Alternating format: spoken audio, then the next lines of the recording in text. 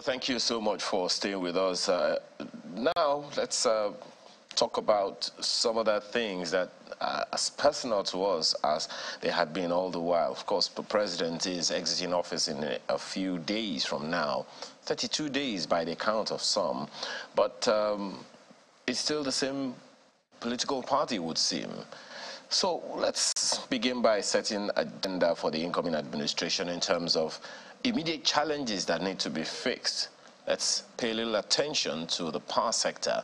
And with us here this morning, we have Dr. Ayodele Oni, partner, Energy Practice Group, Bloomfield LP. He's a commercial lawyer and energy law and policy practitioner. Thank you so much for joining us this morning. Thank you very much for having me. We also have Professor Yemi Oke, who is a professor of energy, electricity law, University of Lagos. He joins us virtually from Zoom, from Akure. Thank you so much for joining us this morning, Professor Oke. Thanks for having me. Good morning. Right. Let me begin with you here, Dr. Oni. First of all, your assessment of this government since coming into office, especially as concerns the power sector. The energy sector is very wide. We'll get there, but the power sector. Okay, I'd say modest achievements. I'd say that they've continued from where the last administration stopped. Now, it would be unfair not to go a bit historical. A lot went wrong, particularly in the 80s and 90s. For example, between 1987 and 2000, when you had Fashola as Minister for Power, there was no enhancements of the national grid. And prior to that time, the private sector could not even participate until you had two decrees in 1998. Private sector could not even participate. So you had to first privatize. Then this administration then started quite a bit around enhancing the distribution network and the transmission network. I always say generation isn't our problem.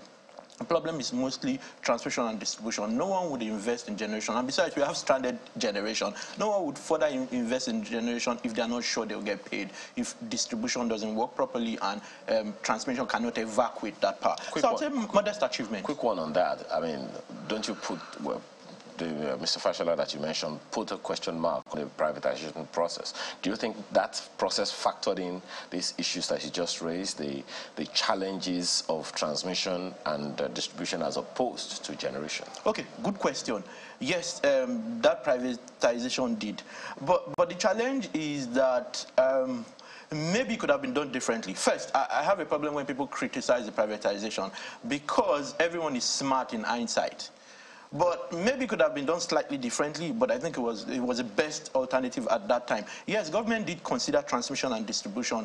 That's why you had a number of promises made to the would-be investors. And that's why you had the partial risk guarantee to assure that generation companies will get paid and distribution companies somehow will be able to work around distribution, and government was going to invest in transmission. That was the plan. Now, many things in this part of the world fail on implementation. It's not brilliance, it's not policy, it's about the detail, or the devil being in the detail of implementation. And also, I think we lack a data-driven, integrated energy plan for the country. Everyone's just doing stuff haphazardly. I think that's a big, major problem. Well, Professor, okay, Dr. Oni says modest achievement of this government in the past 8 years. Do you agree? Well, I look at it differently. What achievement in terms of what is actually on ground for Nigeria? I know I'm mindful of the fact that a lot of initiatives are in the pipeline. Some are actually being unveiled, particularly in terms of grid expansion. But that's not what Nigerians are looking for. Nigerians are actually looking at actual megawatt that is available for them to consume. They're not too much keen about efforts that the government is making or made. I slightly disagree with Hayo, my colleague, as to the fact that blaming the Fashola regime in the Ministry of Power, the three ministry combined then, the privatization was wrongly conceived and wrongly delivered. And some of us want that we shouldn't be in a hurry even to privatize the entirety of the generation and distribution infrastructure, because we're asking questions about who were the entities that were to be favored in the process, which were the entities that were actually coming on board to buy those assets. And we knew and we felt that those entities never had the capacity, both in terms of financial capacities and in terms of the technical details that will have enabled them to acquire those assets and take it to the next level. And that was a problem. Even in terms of financing, we predicted that no money came in essentially from abroad. We didn't have a kind of the influx of foreign capital as expected. So the players stimulated wrongly, they kind of hyped the process as to what was expected. So when the Fashola regime and others came on board, it was challenging, exceptionally challenging for them, because they met nothing on ground. You will ask the question, as of today, how many actual megawatts have been added to the existing grid? I'm not talking of trapped, those that have not been welded to the transmission infrastructure. I'm not too bothered about that. Those are at least aspirational generations that are not even those number of people, perhaps also like you as well, would argue that that's neither here nor there, knowing that you can't store electricity. You have to will it, otherwise you don't even produce at all. But then you also listen to him talk about a plan, a cohesive plan of power delivery. You have raised a question around whether or not we have added to the electricity that is distributed to people. The question has continued to abound as to how much we really need. How much is needed where? What sources of power generation should service which, going by what we just heard Minister of Science and Technology deliver recently? Do you think all those objectives are clear with a cohesive plan and a timeline for delivering them within the past how many administrations we've had? Well, I like to look forward. I mean, the outgoing administration has tried its best, which was not good enough for Nigerians and Nigeria as a polity. I'm strongly in favor of having disaggregated power sources. I'm not too much a fan of grid-based generation, because the world is going upgrade. I favored getting or amassing or grabbing megawatts from all and every available sources. And on several occasions, I've put those ideas on the table. Gladly, we have a regime signed into law by way of the recent constitution alteration of the constitution that will enable states to generate, transmit, and distribute, both in respect of areas covered by a national grid and those areas not covered by a national grid. The implication of that is huge. It's huge in the sense that the state government now are maximally taxed. They are now burdened with what I call institutional responsibility of the government. Nobody's going to look at towards the federal government in terms of energy now, or power. Be it on grid, you look towards your state. Be it off grid, you're going to tax your state government. So now, an average investor is not interested in investing because your governor is handsome or because the commissioner in charge is beautiful. They're asking the question, is it bankable? Can I invest in your state? Can I invest my money and recoup my investment with yield? Those are bankability questions. And a state that's not transparent will not be able to attract investors. A state that doesn't respect contractual obligations is not going to likely attract investors. A state that is dangerously corrupt and never would do anything transparently will not attract investors. States that are heavily burdened in terms of debt overhang will not attract investors because they're going to look at their figures. A state that's not ready to do serious business of governance in a transparent and decent manner will not likely attract investors. So what we're going to see. It appears that we have audio connection problems through to Dr. Oke. Dr. Oke, confirm if you're back. The situation in which some states are going to be in that. All right, Dr. Oke, just headed to the destination, where I had chosen before he began that commentary, which is the gift, the parting gift by the Buhari administration to Nigerians with the devolution of powers that has seen, the ability to manage power and rails, to the subnationals. And let me now come to you in the studio. I wonder if that is going to solve the problem of this complexity of the tripod of generation, distribution, and transmission. Will that solve it significantly?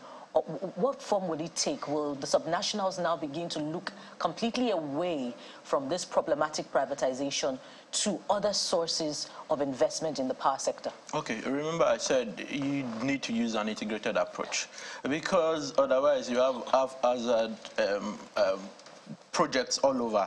Now, I'm of a different view from Professor Oke.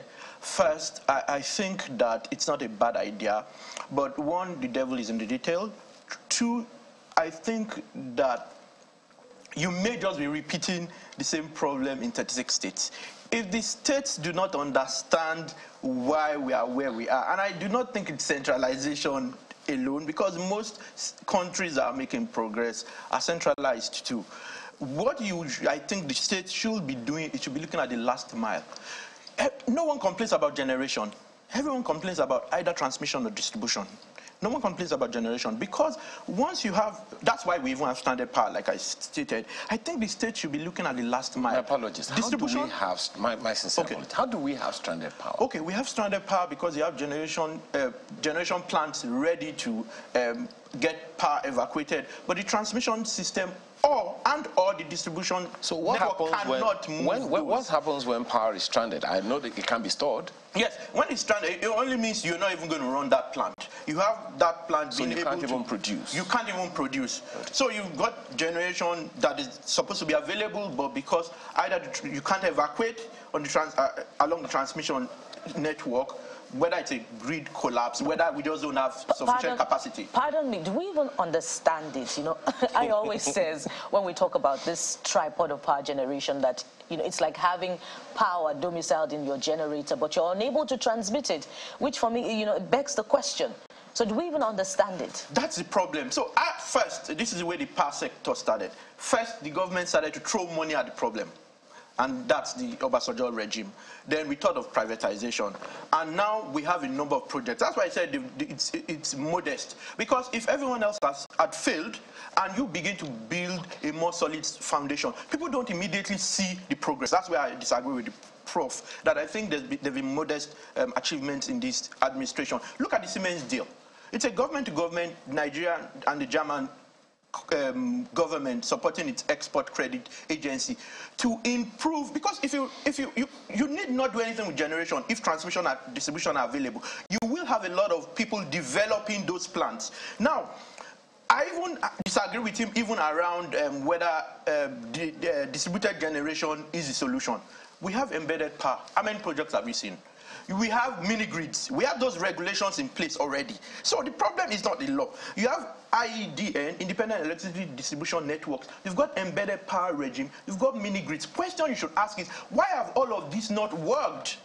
I think that's where the prof misses it in my view. It's not saying you can be idealistic, but you need to also be practical, in the sense that we have those laws in place. Why have they not worked? And I'll tell you why they've not worked. First, power is from up, down, up. If you and I and industries do not pay for electricity, and we steal electricity, money doesn't even get to distribution companies. Remember, the distribution companies pay everybody else. So they distribute, get the funds, pay for the wheeling, transmission, pay the bulk trader. Because of that arrangement, it's administrative fees. The MO, there's the market operator, deals with that payment arrangement. And then generation companies are paid. Who then pay gas producers where it's thermal plants? So it would be unfair to say that there's been no achievement, but because we do not see the results immediately, I say it's very modest. But if there have been achievements, there's still that concern, about what you're paying for and the value that you're getting in the first place, which is one of the issues that Labour is tackling. So Nigerians have not seen that. You're right. I dare say in certain areas there have been improvements around availability. But the truth is that that's why you'd see policies such as the service-based tariffs. In Nigeria, it's no longer issues around cost reflectivity. It's service. In certain areas, if you go to Magodo, power has improved. If you get up to 20 hours, you pay more tariffs than everyone else. So what the NEC is trying to do now is to ensure or force people to be more efficient. So the more efficient a distribution company is, the more power you provide, the quality of service, the higher your tariffs are. So if you get no power, then it's lower tariffs. I understand people's frustration, and people should really be frustrated. But it's also the problem of lack of a data-driven, integrated approach. Let the federal government, and I like the constitutional amendment. Why? It allows the states to be able to sit on the table with the federal government. If this doesn't work, then we have the option of creating our own markets. And I disagree with each state having its own market. It's going to be chaos. What then happens to the distribution companies? Remember that they did invest for a number of years. So imagine you have 100 distribution networks. What you should really be having is a last mile approach where you have retailers. If you go abroad, you find out that different people are saying, come buy power from me. You get those. Well, okay. Because the network serves as a conduit, and retailers can then work within each network and provide the customer experience. If we don't do transmission and distribution, we're not going to make progress. There are those who would ask a number of questions around how it worked in telecom sector, and now the federal government, which seemed to have exclusivity in terms of railway, the railway transport system, is having what one can call a competition of sorts, even though it's a complementary arrangement. But before we bring in Nyota, let me ask you, Professor Oke, to some of the issues that have just been raised here by Dr. Oni, especially in terms of the process. Now, referencing the issue he also raised, which came to mind, is that the states now have to have a hand in how the indigenes or the residents within their communities have electricity. You are a proponent of looking forward. What should we be looking forward to, or is there a likelihood that the states will inherit the same problems that the federal government has been battling with over time? Thank you. Well, let me start by saying I got me completely wrong. Definitely knows that he got me wrong. He might be speaking from the point of view of advisor to an investor, but my own approach is about the people, about the politics. And I insist, and I'm saying that we got it wrong. It's not enough to say they've tried. The government, of course, the Afghan administration tried its best, but before privatization, Nigeria was oscillating around 3,000 to 4,000 megawatts. As of today, we are still around 4,000 thereabout megawatts after several years of privatization. Nigerians are not interested in rhetorics. They want actual megawatts available to them. And disaggregated stuff and a kind of apartheid regime that says, oh, in BI you're going to have 24 hours if you can pay, then in Alimosho you're going to be in darkness because you cannot pay. That cannot be what a decent government is set for. All over the country, availability is key, and it's not based on whether you can afford it or you live in a particular area that is helpful. Let's leave that. I'm an advocate of looking forward. And there are 20 things I said we should do. We just did one. There's no way we can make progress unless until we go right, and I knows that. Second, the discos and gencos, essentially disco, we need to restructure. I'm not saying we should reverse the privatization. There's no way we can continue with the trend currently. The federal government now will need to tinker with their stakes in the disco, which is about 40%, federal, state, and local government. They will really need to reevaluate that and yank it up and give a major percentage to willing, capable, financially buoyant, technically sound investor, so that the money can come in now. We can start to do things differently. the grid arrangement is not going to work. I've said it several times, and the problems and the mistakes we made are the ones we are repeating. The grid arrangement will not work. The world is going wide off grid. Then, structure combined with the grid infrastructure. But then we keep spending money to enhance and improve the grid. And I know for a fact that the current administration has spent more in a supposedly privatized power sector, which it shouldn't be, and we're not even getting the megawatts. So we need to change from the mindset of a nationalized grid. The regulator has not been efficient. We need to extensively restructure the NERC NEC, extensively, and there are no two ways about that. Of course, we now need to encourage states. I don't agree with Ayo that we shouldn't have a decentralized structure that will enable states to do things. It talks about AIND, it talks of captive and embedded regime. Those would not work because those were essentially off-grid issues that the federal government has taken over and trying to lord it over the states. And you don't expect states to thrive in that regard. And I mean, we can't continue to protect the discourse and Gencos thing because we need to. Okay. Professor, if I may come in here, this conversation around power is one that you've had over many years, and I know that several times we've sat down to talk about this. But now with the new law, you talked about some of the things that need to be done, as in the regulator and what the states can do. But I'm sure that Nigerians out there, all they want to see is power. Case in point, a lot of Nigerians provide for themselves solar-based energy, and it's costing so much. That was before this law came in that's giving states room to generate and distribute their own power. Now the constitution has been amended. None of the state governments have come up to say anything yet about what they are going to do. Maybe they are hoping that the new administration, when it kicks in the states, will now come up and say, okay, this is what we're going to do. But we all do know that there are investors who are hovering around Nigeria, hoping to come in and take advantage of this opportunity. But in the midst of all of that, we know that Nigeria has had all of the mix and energy mix that you've talked about, hydro, solar, gas, all of that is in the mix. But the question will be, what are the quickest wins that can be brought in to ensure that power gets to that vulcanizer by the roadside and then his economy can improve? Okay. The question is a very important one. And the way to go is, of course, it's not absolutely correct to say that they've not started the conversation. I mean, I quoted for something.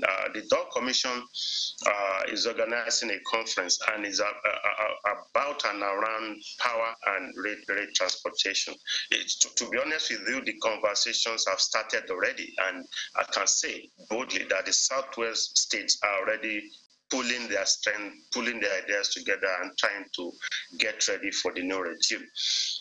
We have to look at extensive rural electrification that is not driven by the federal government. We have to look at going the option of mobile power stations, if for states that can afford it. We have to start to get mobile power station in one local government, in one constituency, and others. We have to embark on extensive solarization, perhaps subsidize access to solar for Nigerians. We have to do so many other stuff.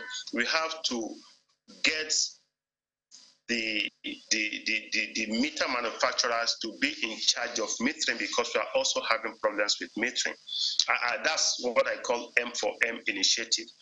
The meter manufacturers can sit with the proper discos and calibrate their meters to suit their needs, so that meters can be available. Sorry, so that Nigeria. Sorry, you just mentioned something. I'll still get to Dr. Ayo. Mention something here about the discos. I mean, with the new amendments in the law, do the discos still have to play, or is the place now opened up so that other distribution companies can come in? And then, since you mentioned the meters, can states have meter manufacturing companies for their states? It's such that I am in Abuja, for instance. I have a meter manufacturing company here providing meters for the residents of Abuja. And then there's an electricity company providing power maybe for Wuye side, another electricity company providing power for Guzape. The same way that applies in other climes here. Okay. The logic and the way to go, even that question came up yesterday extensively at the conference is continuing today in Nigeria. The way to go, I favored cross-licensing existing discos and jengos, meaning they're already on the field. They're already in those states doing stops. They're already there with their infrastructure, with their network, with their arrangement. We can start from them. Perhaps if they're able to make more money, they're going to do serious business. The discos are constrained, and Nigerians need to know 90% of the discos are technically insolvent. Nobody is mentioning that. Nobody is amplifying that. Why are they under receivership? They're not buoyant. We did everything, but they're insolvent. They are under receivership. But we're not saying they should revoke the licenses or cancel the privatization, but get them to be afloat in terms of rejigging their structure to be able to do business now with states.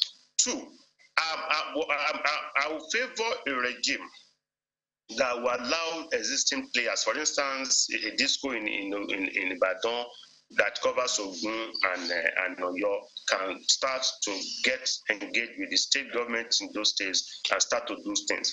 The regime, the new regime allows states to also license meter manufacturers. And there are meter manufacturers in Nigeria, a number of them. They can't, because it's also about services, both generation, transmission, distribution, as well as services. And meter comes within the realm of services. So naturally and generally, the state will have to license meter manufacturers, either to import or assemble or manufacture. And that conversion also came up yesterday. And some states are already ready. They are even about licensing meter manufacturers. So the meter manufacturers now, the MoMAs of this world and the rest, will have to start to engage state government and see how they can capture those markets. I said there will be a lot of activities in the power sector. I never will be an advocate of the centralized structure that hasn't worked and that would not work. And in other countries, you see players. I mean, let's decentralize and let's have activities. Okay. Small scale power generation. Okay, Prof. Let me take this to Dr. Oni. Dr. Oni, you are the lawyer, and you've seen the laws. You're an energy lawyer. You've seen the laws as they are, the Constitution amended as it is, and you have an idea of what plays so far, what has been playing out so far in the country. So put that on one side. Look at the situation as it is, where we have importers of generators. I mean, they're the big importers of generators. There are even those who are manufacturing generators, and some of them even have, I understand they have assembly plants here in Nigeria. What do you think can be done to ensure that all of these people get into the mix again, so that that man on the roadside can have the energy he needs to pump, the tires he needs to pump, and do his business? The barber can also do his business. Okay, that's a useful question. I think the solution is around implementing what you have. It's not just making the laws. If you implement those laws, for example, a number of them are even already going to mini-grids. You give them an opportunity. When you implement some of these laws, there's the opportunity for private sector players already in that sector to then do projects.